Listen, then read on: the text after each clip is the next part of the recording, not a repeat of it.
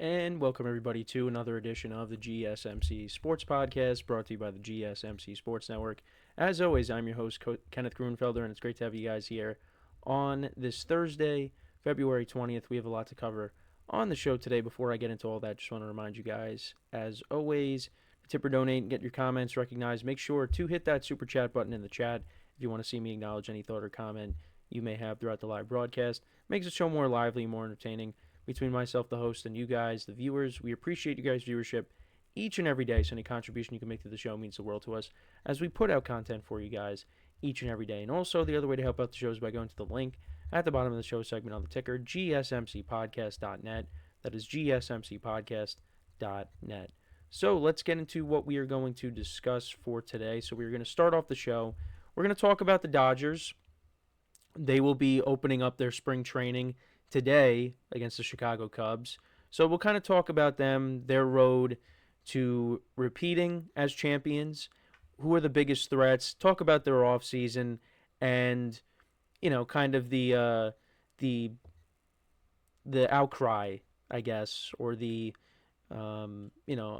outspoken, talking about the Dodgers and their spending, the discontent with that. So we'll get into all that. In the second part of the show, we'll talk about Matthew Stafford and the Rams. Now, I've said it all along, I think Stafford's going to stay with the Rams, but I wanted to talk about what the Rams' asking price is for teams if they want Stafford. What would teams have to give up to get Stafford? So we'll get into that. We'll talk about the Knicks getting reinforcements back. Now that we're in the second half of the season. Well, really, it's not really the second half. It's more of like we're at the 3/4 of the way there, the 3/4 of the season. There's only a quarter of the season left, really, because the All-Star break isn't really the midway point. It's a little bit after that. So we'll talk about that as well. We'll get into Kevin Durant and why he didn't want to go back to Golden State, because supposedly, the Suns and the Warriors were working on a trade, and Durant shut that down. So we'll get into that.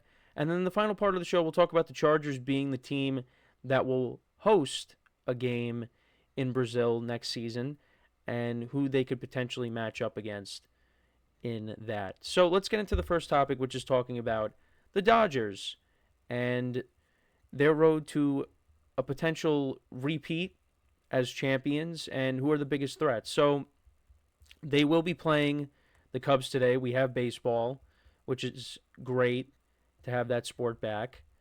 And, the Dodgers, they went out and had another good offseason. They re-signed some guys. They re-signed Teoscar Hernandez. They got him back. They also brought back Clayton Kershaw as well. They have a ton of pitching depth. Now, the biggest move of the offseason for them was getting Roki Sasaki, the other Japanese pitcher. So now they have him. They have Yoshinobu Yamamoto, who will be pitching today. And eventually Shohei Ohtani will join that rotation. And also you have to add in, they brought in Blake Snell as well. Tyler Glass now coming back from injury. So the Dodgers, once again, are loaded. And you could say that this team is better than the team that won the championship last year because of the pitching depth. And, of course, you still have Ohtani. You still got Freddie Freeman. And you still got Mookie Betts at the top of that lineup. They also did bring in Michael Conforto as well to be another outfield piece out there. So I guess he's kind of the Jason Hayward replacement, because I don't think Jason Hayward's on the team. But, and Conforto's a lefty bat. I mean, in that lineup, I guess that's a good bat to have. So, yeah, no, this team is loaded. And, it's definitely going to be very hard to repeat because no team has done it in a long time in baseball. But if there's any team that could do it, it's this team. It's definitely this team. Now, I think the National League is a tougher path than the American League. When you look at the American League side, there's not a lot of elite teams. I wouldn't say there's a lot of elite teams in the National League either, but there's, there are teams that pose a threat to the Dodgers. I think the Padres, starting off with their own division, I think the Padres, some players said that when the Dodgers said that was the World Series, basically, was when they matched up against the Padres, because the Padres had them. and they came up a little bit short. But you figure as long as they don't sell off pieces, because you're hearing that Dylan Cease could be traded, you're hearing that Michael King could be traded. So if that's the case, then I'd be out on the Padres. But as of right now, the way things are, and also they were looking to maybe trade Luis Arias too. But if the Padres stay together, they're going to pose a threat to the Dodgers. And then you also have to take a look at the Diamondbacks. They have a pretty good lineup, but now they also added Corbin Burnes to that rotation. So you have him, you have Zach Gallen, you have Merrill Kelly. Maybe they get a bounce back year from Jordan Montgomery. So they got a lot of pitching. So they're another team that could pose a threat to them as well. I don't really look at the Central. Now, I know we're going to see the Cubs today. And the Cubs are kind of an interesting team because, they traded Bellinger to the Yankees, but then they trade for Kyle Tucker. So what are they trying to do? And could Kyle Tucker potentially be a guy that gets moved at the deadline if the Cubs are out of it? But the Cubs are trying to, turn this thing around. It's been a while since they've been a threat in the National League, and it looked like they were going to make the playoffs. I think it's now, it was 2 years ago now, and then they just flat out missed the playoffs. Because I remember doing the baseball show, and I was basically guaranteeing the Cubs were going to make the playoffs, and then they ended up just collapsing at the very end and missing out, and then they missed out on the playoffs last year.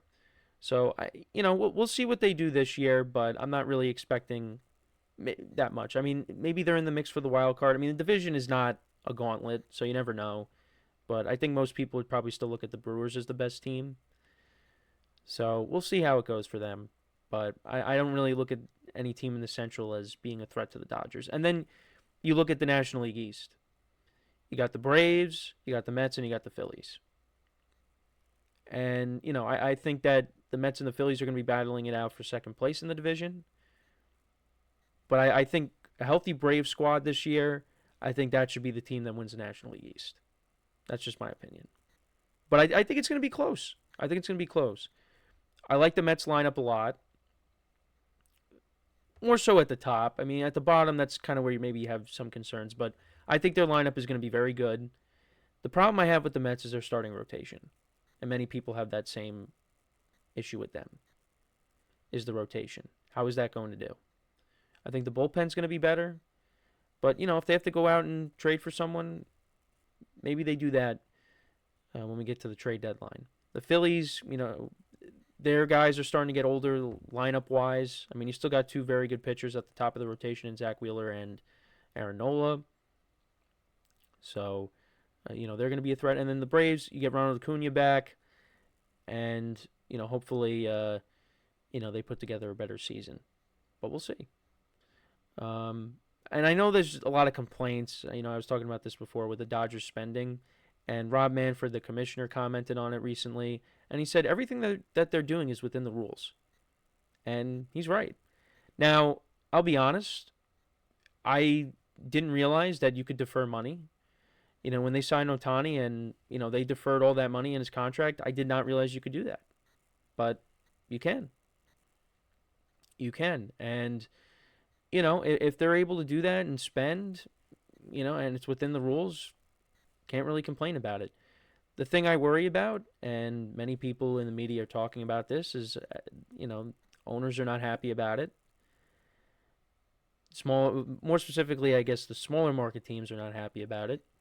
So, when this CBA is up, after 2026, odds are there's going to be a work stoppage.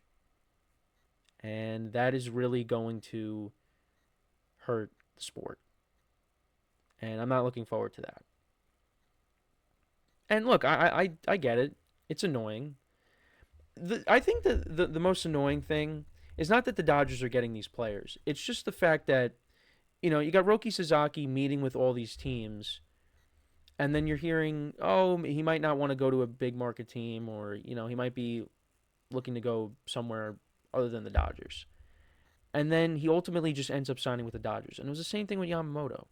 Yamamoto meets with all these teams just to end up going to the Dodgers. Now, obviously, I guess it's bad business because, you narrow it down to one team, and it's like, well, now you don't get a chance to see what the other teams could offer. But if your intent is to just join the Dodgers, why are you wasting all these other teams' time? That's the one thing that annoys me. Just sign with the Dodgers then. I don't know. That's just how I look at that. But they are going to be really good. And you look at last year, like I said, you know, they dealt with injuries to their pitching staff. It was basically Jack Flaherty, Yamamoto, Walker Buehler. That was basically it. And then they would do a bullpen game. Now you got all these guys coming back. Now I think there's some concern because some of these guys could get hurt again. It's very possible. Some of these guys could maybe be ineffective. But I don't think it's really going to matter. I think this team could be getting back to the World Series again because they're just loaded from top to bottom. And you also signed Tanner Scott. I forgot to bring him up, lefty reliever. We'll see how it goes, but we had no teams that won over 100 games last year. I think we're going to have at least a couple, and they're definitely going to be one of those teams. But let me know what you guys think about the Dodgers for this upcoming season. Like I said, they will be playing the Cubs. I think it's 3:05 Eastern time today. So it will be the matchup is going to be actually Yamamoto, like I said, against former Yankee pitcher who was involved in the Cody Bellinger trade, Cody Poteet. So yeah, 3:05 Eastern time. I'll see if I'll be able to tune in and watch it. I don't know if they have the lineup set yet. It might be too early, but yeah, no, it doesn't appear. Yeah, no lineup announced yet. But I figure there's going to be some starters mixed in. But baseball is back, so get excited for that. But if you're one of those people that just thinks the season's over before it started because you think the Dodgers are going to win, well, that's your opinion. I'm still going to try to enjoy the season. So we are going to take our first break, and then when we come back, we'll talk about Matthew Stafford and the trade speculation, all that. What the Rams are asking for if they were to deal Matthew Stafford, and if you're a team that needs a quarterback, should you do it?